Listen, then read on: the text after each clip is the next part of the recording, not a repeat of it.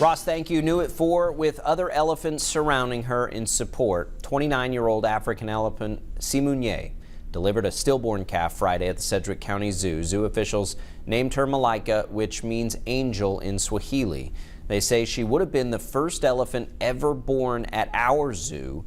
A necropsy was done to see if she died during the birthing process or before. Meanwhile, the zoo says Simunye appeared to have a healthy 22-month-long pregnancy all along.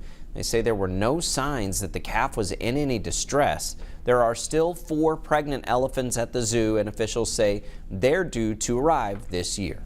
Wichita police are investigating